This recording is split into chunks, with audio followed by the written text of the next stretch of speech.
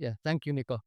Yeah, level can be anything, which makes it also very easy to prepare because you have no idea what to kind of expect. So uh, I can make soon jokes about priors of the prior expectations of the meetup, but I'm going to talk about Bayesian inference today, giving a little kind of case study, um, walking through a model of building exercise.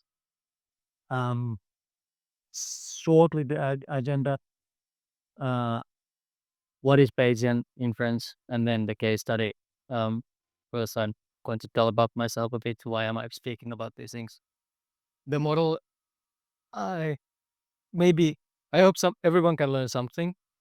If you're not interested necessarily in the modeling task, I'm going to use Marimo notebooks. Maybe new things to some people, maybe interesting to someone who hasn't heard of them. So those will come up also. We might learn what is Bayesian inference, um, maybe something about the causality. Let's see. Um, yeah, I've been oh too loud. Ah, I've been working with Bayesian related stuff for the last 6-7 years roughly. Uh, Doctoral candidate still. I promise it's coming to a finish eventually. At the same time, I'm consulting and doing as through a company, but also freelancing. So yeah, but that's also Bayesian stuff. And then I'm also contributing to open source packages that are also to do with Bayesian modeling and the ecosystem, both in R and Python. So I'm also involved in Stan, which is well, it's available for both R and Python, but the tooling is maybe a bit more developed at the moment on the R side. Um, yeah, uh, this is from Copilot. Just what is Bayesian inference because it's a bit of like what is statistics? It's a big question, but the idea is again to kind of make some kind of inference from data, essentially. And uncertainty seem to be a big topic. So uh, this is the only slide with something that someone would call math. I like to talk with math, but yeah. Um, so essentially, what we are doing is that we see some data and we are trying to then update our knowledge about some parameters that we are interested in, and maybe use those parameters to then make predictions to future. Uh, Depending a bit. Sometimes, often these parameters are also something that's um, or sometimes they are something that's also intrinsically interesting to you, like effectiveness of a medicine or like Bayesian inference is often met in like psychology or medical studies or not. Well, these days also sports analytics are very common and marketing research. Uh, and myself mostly doing marketing analytics at these days.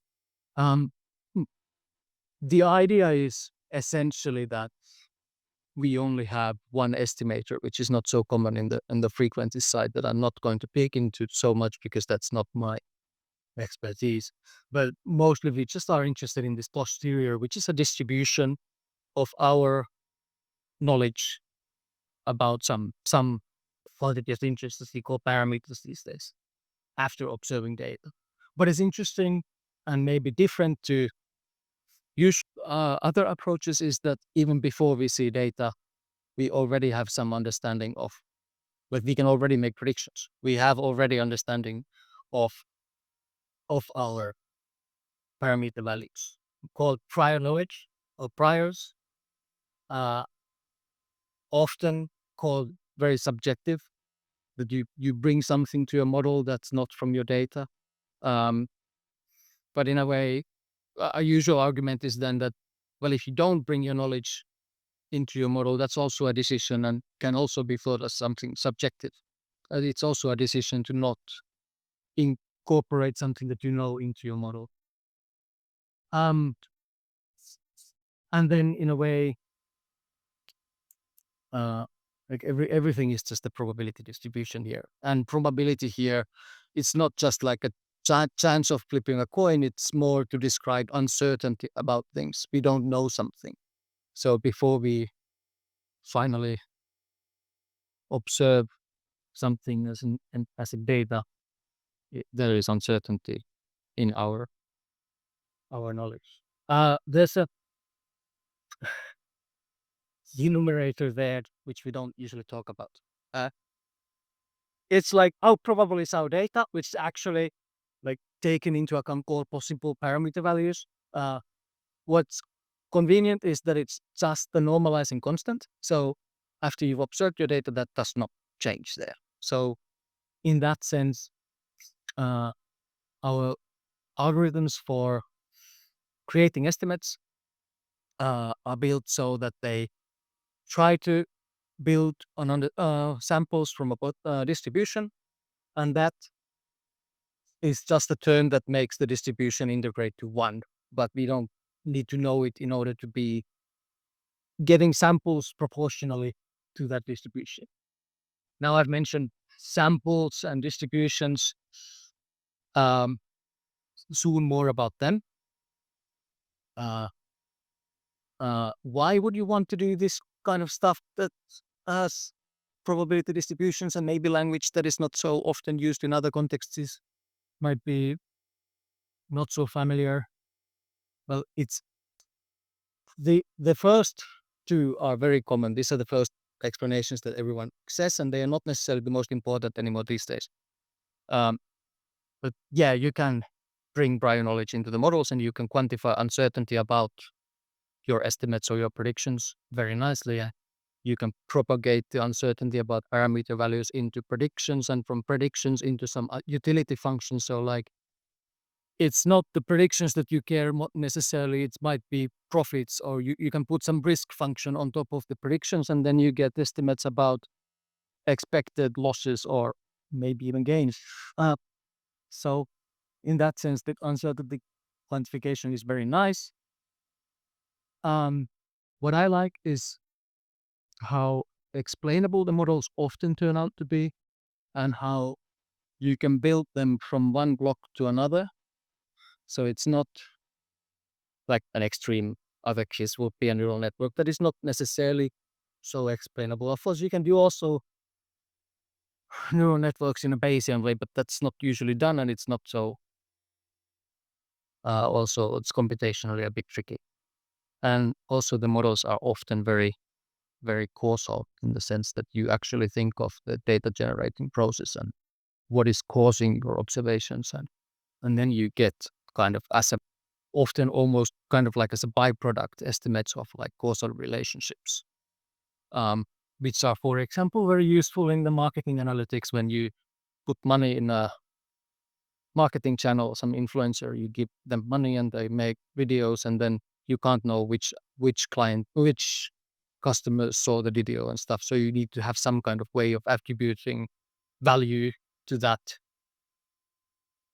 particular marketing channel. And these causal graphs, then you essentially build models that very closely resemble these causal graphs. And I'm going to have some graphs in the future here. Also, how do you do those? Because I've been talking about distributions and building models, and building often needs blocks to use building. And I've been talking about iterative construction of models. This brings us to this concept of probabilistic programming.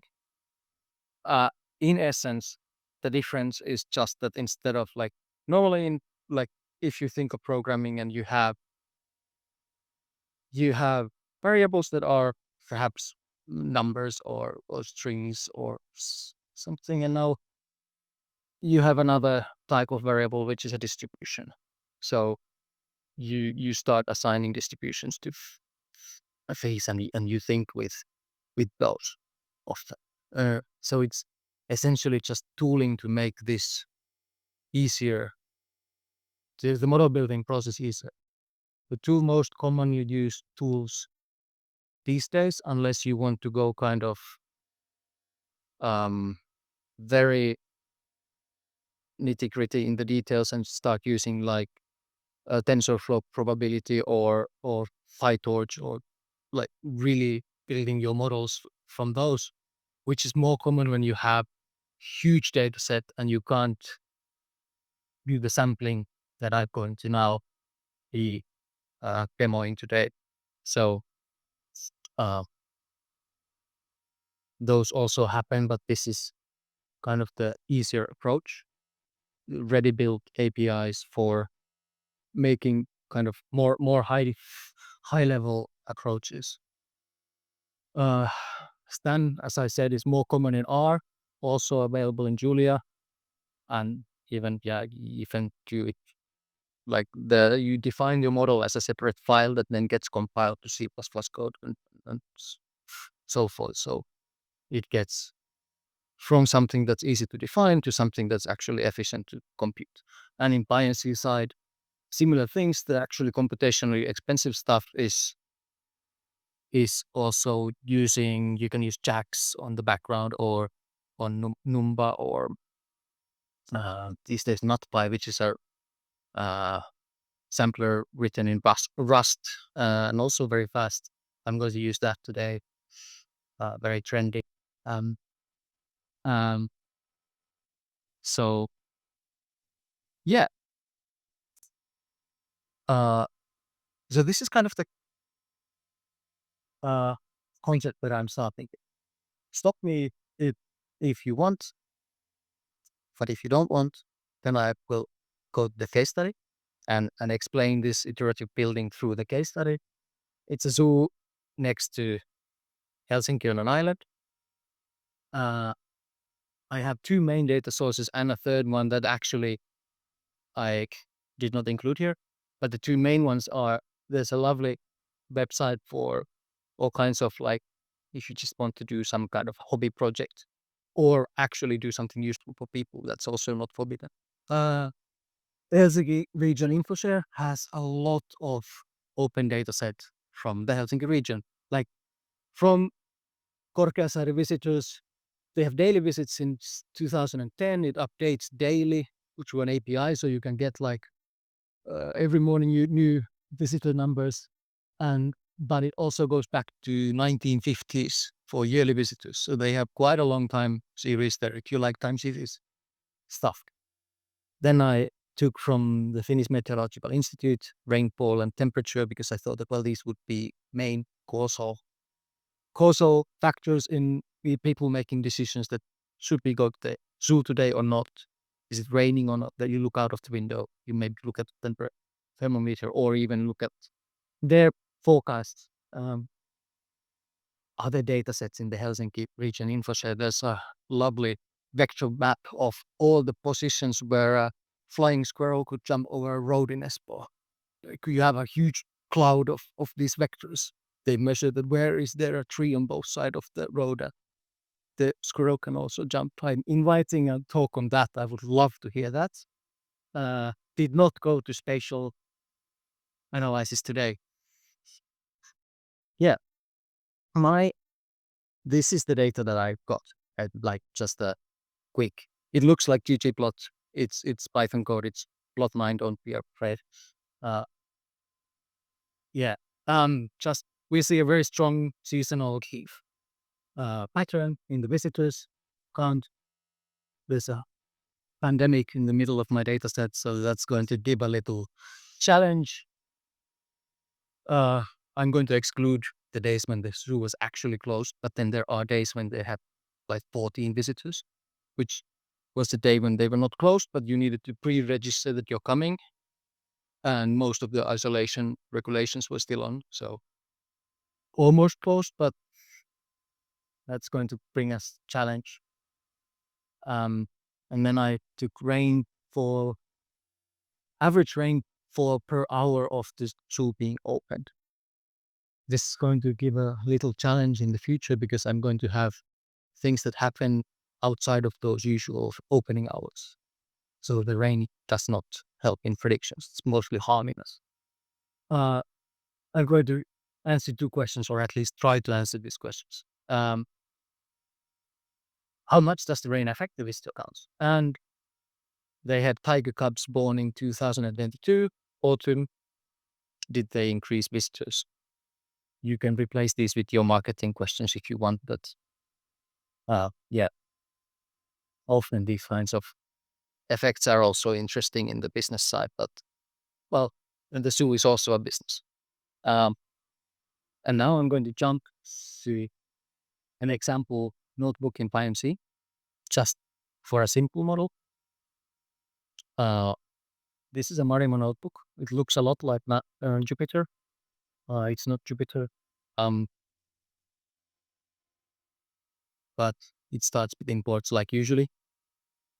You could have the import cell anywhere because this notebook builds a graph of dependencies inside itself, so it does not need to be top to down, and it's reactive, and it's stored as a plain Python file, so you can actually use version control for this. Really nice. Not nice, it does not store your results, so you can export them as HTML, and then you have stored them, but yes. Can you also run it just as a Python file? Or Yes, you can run it as I'm not going to do it, but you can run it as an app. You can create apps with a graphical user interface even. Like it's very nice for making, for example, short apps for well, I've made like distribution exploration things that, okay, what if I change this parameter? How does the predictive distribution change? So you can have these kind of online apps. excuse me, like what was this one called? Marimo. I don't have the landing page open, but where do they say it anyway? No, they are shy and don't tell what they're doing. Anyway, I'm going to build a baseline model. Well, firstly reading data, but that's the only important part is that I am excluding the close dates when it's closed. And my very first baseline model is going to be in a way simple. It has two components, give or take. Mean, and then a yearly seasonality that either scales the mean up or down, just a multiplication. This seasonality, yes, I'm going to mention Fourier series and stuff, but it's essentially it's 4 sines and cosines. And we are going to estimate that how big is the amplitude of these sines and cosines.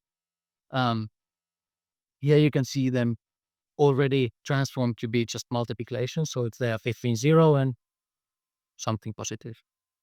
I don't want them to create negative visitor counts, so I transform them to just the positive real axis. But something periodic, a priori, without looking at the data more closely, maybe 20 times more visitors in the winter, can be more. It allows even 120 times, but that's not like the most likely. Sorry, what is the x-axis? Yes, x-axis is days of a year. Sorry, yeah.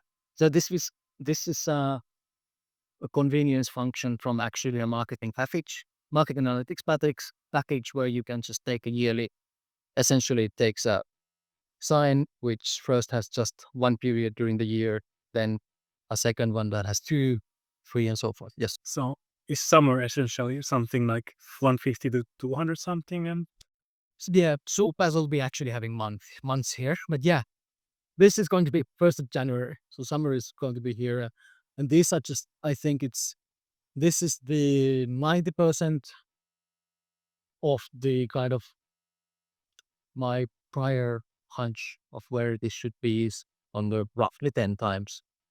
But then I'm taking 10 examples of showing where they can be on thing like kind of there's a lot of variation outside of the 90%, but they are then quite like locally available there. so each of these curves is a sample from. Yeah, like an example that what could the yearly seasonality look like? So there's some periodicity, maybe you had a spike somewhere, I'm expecting to see something that looks like this, but let's see. It's not going to actually be quite like that, but almost. Then we get to the fun stuff. We start defining a model, and I might need to make this slightly bigger. I will try to be slow for a moment, and then start running again. Because this is kind of what I said about probabilistic programming, that you have some special syntax for defining stuff. The coordinates stuff at the top is just to give meaningful names for dimensions. So instead of just having days from 0 to, I have 6 years, so it's something like 2000 and something days. I'm having dates with actually date time indices. And the coordinate is called date. So I can also say that show me the date coordinate of this variable instead of saying that show me the second coordinate or the 0th coordinate of this variable. I come from an R background, zero index also my these help. Or Python to R to Python, kind of returning user. So I've been also having discovery with using this tool because I'm used to the other programming language for probabilistic programs. Everything is happening inside this with statement context. So inside this context, we are building this baseline model using these coordinates that we defined here. Often a nice order of blocks. We define the data that comes in. You don't need to define it here. You can just call local variables, but this way you can later edit it. So you can give it the observations, give parameter estimates, and later make predictions to other data sets with those same parameter estimates. Yes. What was the data type of this data trainer? It's a polar data frame. It could be any kind of data. Well, essentially in the array, and it takes at least pandas, numpy, polars. I don't know if it takes X array. I like X arrays, and I'm going to mention them later, but I don't know if it takes those in. But all of the data, the distributions, when I'm defining them, I'm giving them a name as a string, which then makes it easier to look at them later. For the data sets, the second value is what's the actual data inside this data container and what are its dimensions. And this is a data set that can be then later changed for predictions that are out of this date range that I give it. Oh, yeah. It looks a bit tricky because it's not pandas code, but it's very similar. It's similar enough that LLMs kind of start in the middle of writing polars, or they go to pandas because they see more pandas. And from the context, they think that, well, this is actually pandas. Good as well films. And then nothing works nicely. Yeah. Then this is the daily mean that I said that let's just have some average number of visitors that we then scale up and down. Roughly 1,000. From the slide I showed earlier, 1,000 would be roughly here. Pretty okay. I don't want to go more precise. Kind of, some people don't like double dipping on the data, that you first look at the data and you make your prior knowledge based on the data that you're supposed to not see yet and stuff like this. So just the ballpark, a huge variance. So this parameter, essentially I'm saying that it's anything between 0 and 2,000 and might be a bit outside of that range. And then there's the seasonality. I'm taking the Fourier series above with the sines and cosines and applying it to all of the dates. So it computes a value, summing up those different waves to make one wave, and then that's what I have from this deterministic transformation. we have distributions and deterministic transformations. And then this is the kind of maybe not so familiar part. I could have a normal distribution here. Just say that visitors roughly normally distributed around some average that I'm predicting. This is giving me actual counts, so integers. And why I'm using negative binomial. It's quite often used when you're predicting visitors.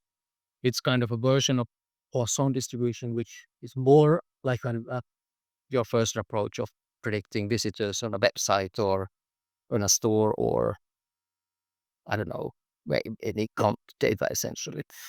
But that distribution only has expected number of visits or expected count, and you don't have any control about the variance. It's going to also be the same number, expected count.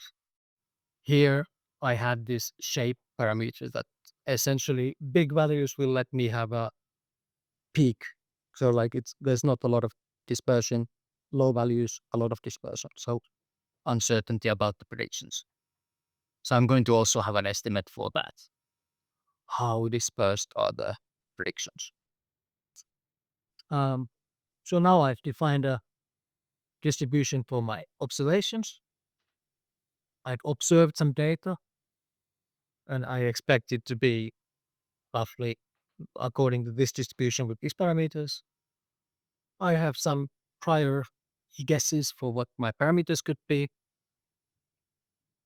I talked about the causal graphs. We can look at the graph we defined with the model. What are we actually modeling? We are modeling visitors.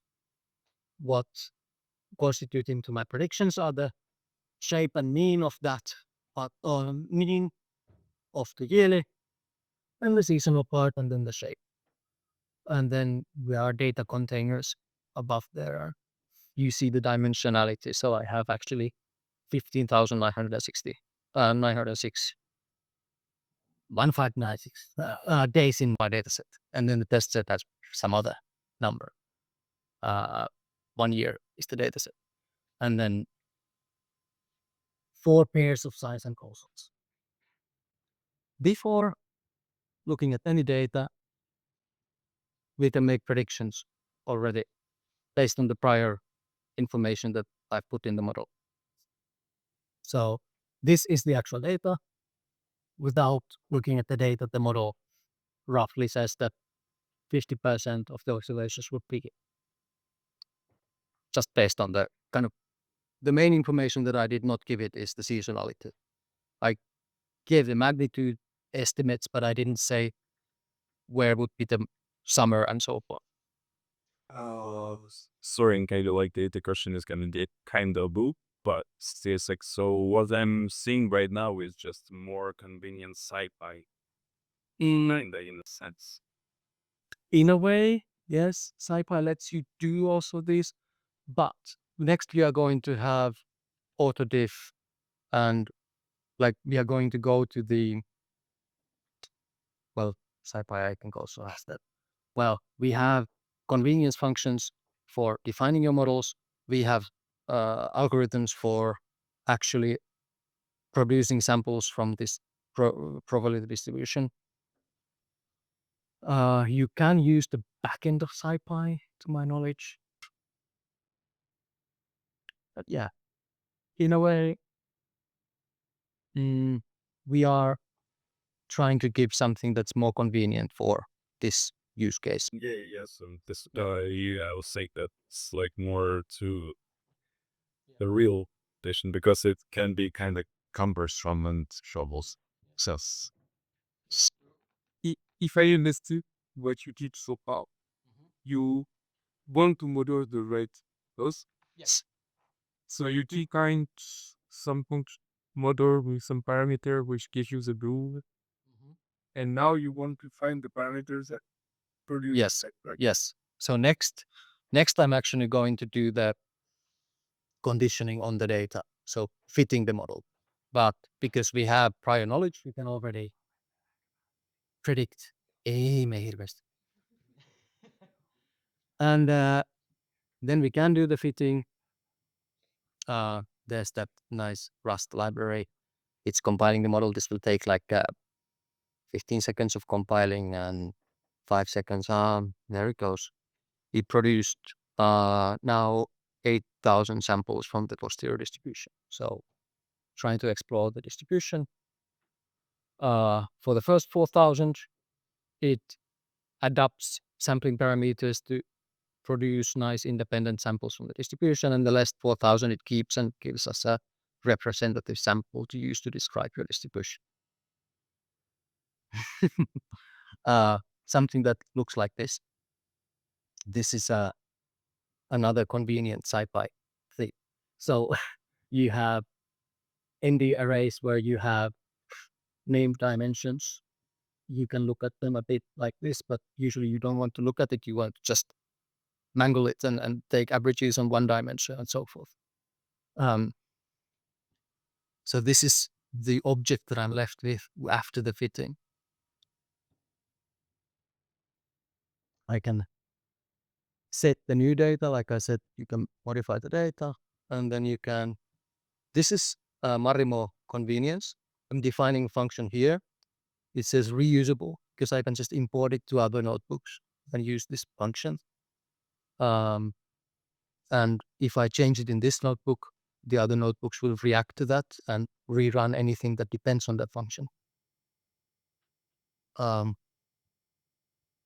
Now I've conditioned all the data with a very simple model. Model looking quite nice, but having zero predictions in the summer and so forth. This is the out of sample prediction here. How do you see that zero? Zero. So yeah, the lighter one is if I remember, 94% is the default confidence interval or credible interval is what we call them, and the darker is 50%. So every prediction is a potential line of how the visitor graph would go, and I look at all the 4,000 of them and make these uncertainty estimating plots. And the dots are the real data. Those are the real data. So there's the shiny peak in the middle of the gate G. Please. Yeah. Is that December then? Yeah, that's essentially New Year's or December. They sometimes have Lux Helsinki or some other kind of winter events to boost the winter visits. Then you see some other events, but I need to kind of go quickly to get to a bit more complicated. This is the seasonal part that we estimated, the multiplication, roughly 5-time multiplication here. And of course, there are also smaller than 1 multiplication. So it's not only increasing in the winter, summer, but also decreasing in the winter too. So these are the predictions. This is just the estimate of the seasonal component that then gets multiplied the estimate of the average. And so this is just showing. Why does it change from year to year? So what was the input? Like it knows the day of the year, but what else does it know? It isn't actually changing from year to year, but here are the closing when the zoo was closed. So it just kind of jumps, and I should not have anything there. Those should be blanks. But otherwise, like this is everywhere and so forth. It is just a repeating yearly pattern. Yeah, it has the missing data. This plotting function filled in the missingness. And then once we iterate a bit, we're going to look at 2 main kind of summaries of how good job we're doing. Mean average percentage error. At the moment, it's on average doing 160% error on the prediction still. And absolute value, 1,000 visitors from on average. So not super good. What was that? So this is in sample errors. I try to take kind of approachable error measures because I could have R squared or some other prediction error measures. There's like a catalog that you choose from based on what you want. This is absolute percentage error. So error, absolute value divided by true value. What's the unit? These are not visitors. This is percentage, like multiply by 100 and you get percentage of visits. So it went like 170% wrong on average with that model. This is actual people. Yeah, and the unit is people. Yeah. And how now I'm going to do like I started 5 minutes late. Yeah, let's So like 10 minutes late. You're not. We started a bit late, sir. Not, Yeah. then there is lucky schedule. Don't worry. also I'm not going to do like a super detailed continuation. Next thing is that not every weekday is the same. We replace that yearly seasonality with 1 yearly seasonality per weekday. So there are going to be 7 of those. And also 7 averages. So essentially you are predicting every day of the week separately and we just put them in the same plot. So kind of like hierarchy, like you have first the day of the week and then the day of the year, or I'll show. So this is the what I showed earlier about the prior for the seasonality. No, I just have 7 of those. And then also here I'm going to say that we have a new coordinate, weekdays, which takes the different categories of possible weekdays. And our data is also having we have a new data object, day of the week, which tells which Finnish day abbreviation it is currently. And then the seasonality and the average daily, they both gained a new dimension, weekdays. Otherwise, the model is looking very much the same. I'm just here, unfortunately, now I need to actually use indices. Yes. Or the seasonality, the fact that you keep date and weekdays is because you keep the 2 seasonality.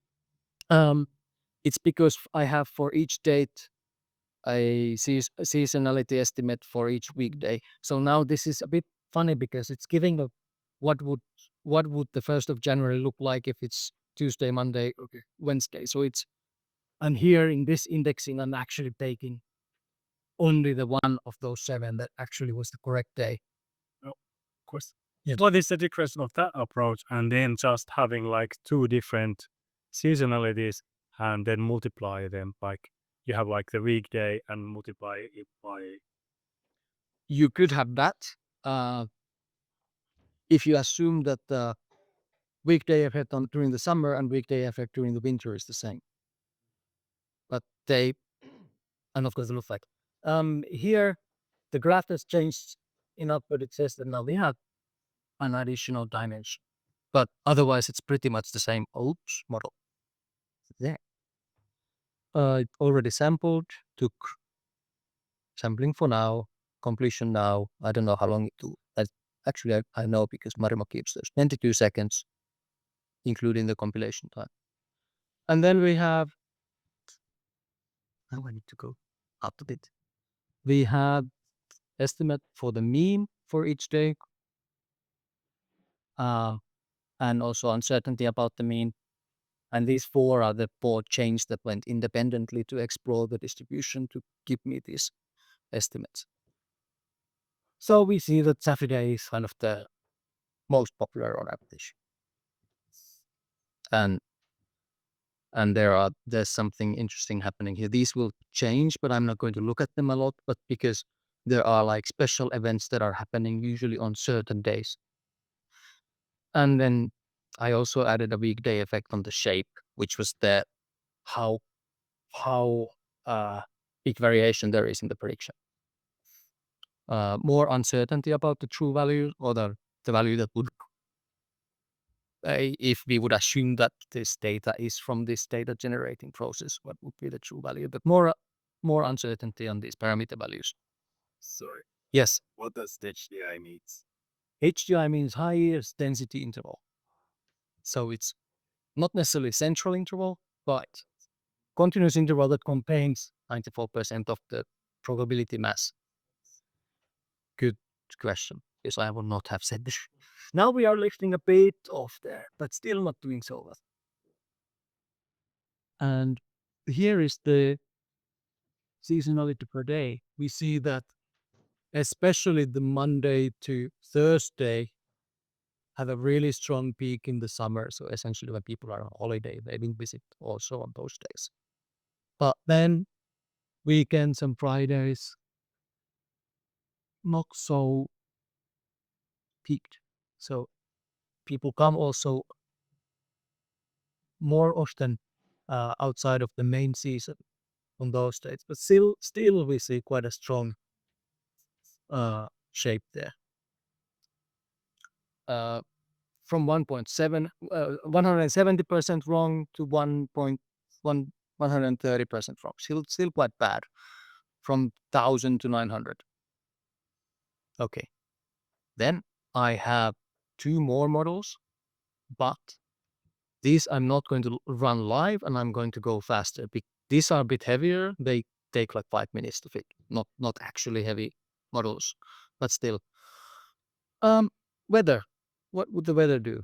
Well, my guess is that if it rains, it's going to reduce visitors. How much?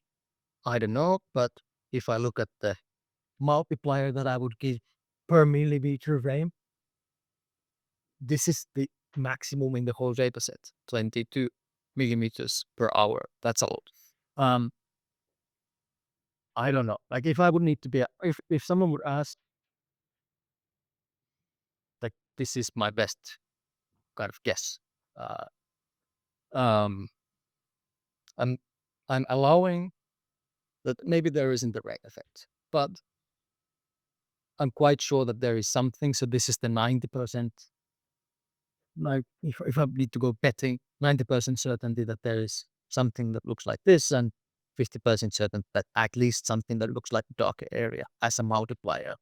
So at least 20% of people decide that would otherwise come will not come in heavy rain.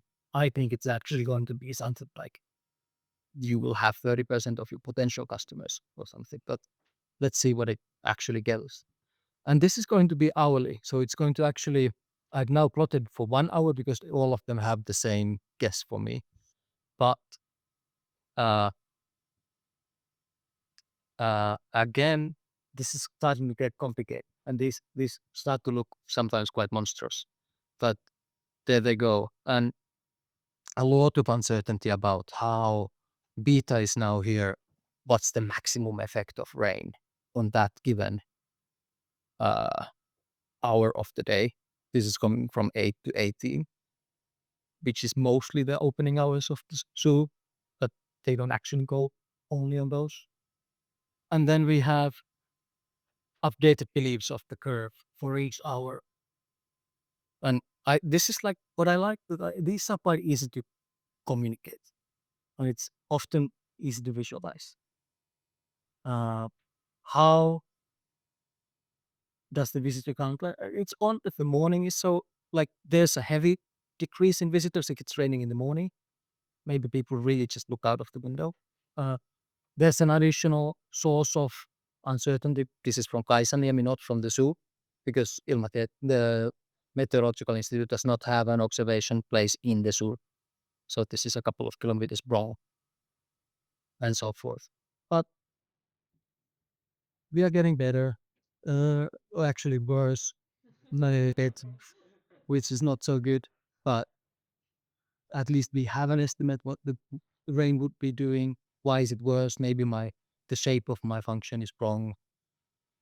Maybe it actually matters that for the winter time, these 2 last hours, the zoo is anyway not open. Maybe the wrong place of the measurement place is also something actually gives affects the things. So yeah, this is not the best model to predict these things, but Just quick. yes, Did you consider the difference between rain and snow? yes. So if the maximum average temperature for any hour is -2 or less, I put the rain to 0. The close to zero is difficult, and this is another thing. Like, what do you do if the measurement is -1? Do you trust that 3-5 kilometers further away near the sea, it's also -1? And will it actually come as snow or rain? So when it's snowing, something at 0. Yeah, I assume that at least snow is not going to have such a negative effect. The last one, I snuck in a additional data source, which was I went to Korkeasaare's Facebook page and just scrolled down their event list for all of these years. Pressed Ctrl A, copied all the text, and gave it to cursor, and told it make me a parser. It parsed it into a neat little CSV that then gives me a date and what's the name of the event on that date. And now we can estimate how did these events affect the visitors counts. Okay, now we start to get like a lot of coordinates, a lot of stuff happening. Now the model is like 100 lines. And the graph is also looking a bit like, you can't read that. It's getting more complicated, but still like all the building blocks are quite easy to explain in themselves, and it's very iterative. And we can look at like, okay, we have these different events happening. We have, oh yes, and I added the tiger hike. So there were the tiger cubs born, and I added like a bump that, hey, there could be a bump in the visitors sometime after these cubs were born, maybe a month, maybe 2 months, and it's going to decay at the speed of roughly 2 months or at half a year, something on that line, like going back to 0. And please give me an estimate after that. And I said that this effect was probably quite small. The model also thinks that it's quite small. It's not a strong effect. It doesn't really identify it very well. Also, they had free entry days on Mondays, first Monday of every month outside of the season, and sometimes during the season. And that's why we are not very sure how big is this effect, because when people would anyway be happy to come, this boosts your visits a bit more, is my understanding of what's happening. Yeah, now we have quite spiky predictions. This was like, well, I would not go production with this model. 30,000 visits when actually 10,000. So there's all of these effects that I'm saying are multiplications. So now they are starting to pile with their uncertainty. And some events are actually not multiplicative events, but I did not go to the nitty-gritty of assessing that, hey, actually this thing that happens outside of the opening hours, it's not going to boost your visits as a multiplication. It's just some addition. But it gets better. And we get to my questions. Because I have this massive convenient numbers array, I can pull out the effect of the tigers.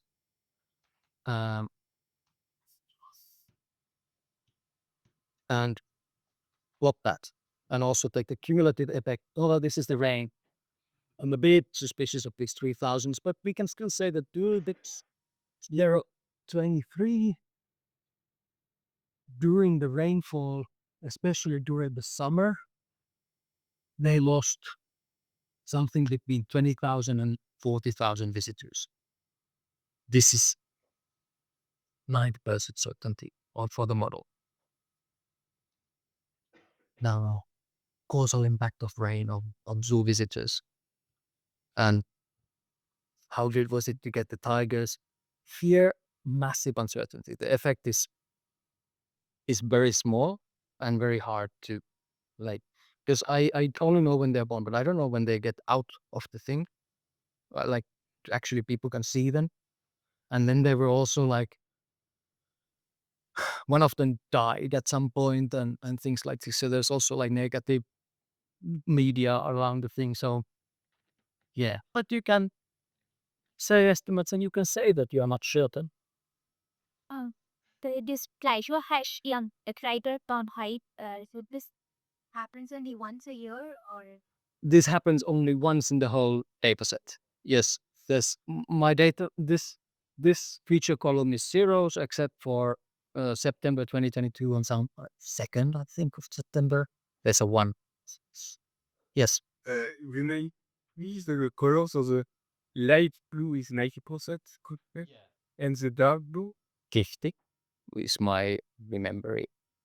This is often people often use 95 and 50, but they are kind of like just conventions, and then what would actually be useful for decisions, I don't know.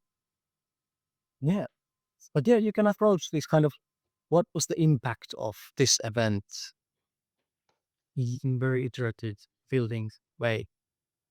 And that's all I wanted to say. Kind of running with these models, but also showing a library that can make it more convenient for The cascade effect of sunlight is also expressed on the winter summer. It's up and it built in, right? Yeah, this was a thing because originally I had both the seasonality and then I had temperature. And these are very much kind of confounding information because they when you tell, like, I don't think it's so much the temperature causing people to visit the zoo. It's more of the time of the year and they actually are on holiday. My events also had common Finnish school holidays. ChatGPT knew those two. I assume. Oops. It was at least consistent on them. I asked a few times and it looked the same, so I gave it no worry. Yeah. Um, but yeah, when I put the temperature and the seasonality, it's hard for the sampling algorithm to actually give you good samples because there's a case where you don't have any seasonality and everything is explained by temperature, or temperature doesn't affect this at all, and there's anyway like a yearly seasonality. Because the temperature has a yearly seasonality. So you have two parameters in the model that are trying to explain the same thing, and you essentially have something that's called multimodality. You have two very well explaining ways for the observations, and then you need to define that, okay, maybe I have some prior knowledge on this, and I can essentially close the other mode away, knowing that this is not as likely. And then you could take the temperature also, possibly not the absolute or like the actual temperature value, but maybe something like if you have a warm weekend after a couple of cold ones, maybe that's the thing. I don't know. I gave maybe a bit too much thought on this example already, but yeah. And then they have all kinds of promotional events and a ferry that goes to the island on only certain days of the week and things like this. So there are, you can start like adding and adding and adding stuff. And this is also roughly the structure how you otherwise build models in this way. You have some way of cross-validation or otherwise estimating how good you are. Our sample prediction Would also add the number of births like 5 years ago. Maybe it's yeah. Yes. Yeah. Yeah. I was thinking that I could make a model that estimates kind of this potential population of people that would visit zoo, and then you start going from that. But no, Have you contacted the zoo like for it's no, not this. No. Oh, I did tag them in LinkedIn, but hey, I'm going to talk about this. But You're gonna travel the biggest impact this has been up this free entry. this business. I could give them a business idea like that, but also there's this. And the cats. Where are the cats? The cats are here. what's the looks? Looks is like a white carnival thing happening inside the zoo. I should give Alan some time also. Or actually, I think technically I'm eating into the break time. Yeah. Well, maybe you can decide that I can chat during the break about this to those who want, but I also will let everyone who wants to have pizza and the refreshments and some time to stretch it. Yes. What is the cat's name? Is there just They are open after hours, so my rain data does not affect that because it does not include those hours. They keep the big cats a bit hungry, and then they give them food during that event. Not really like keep them hungry, but they anyway eat roughly once a week, so they just put it on the same time. Yeah, they keep it open. Some of these cat nights are actually, there was a special cat night that's only 18 plus, and they well, so you have sources of uncertainty in these estimates. Yeah. Here is a lion roar in the darkness in like central Helsinki. It is Yeah. No. Okay, let's give Teemu a big hand.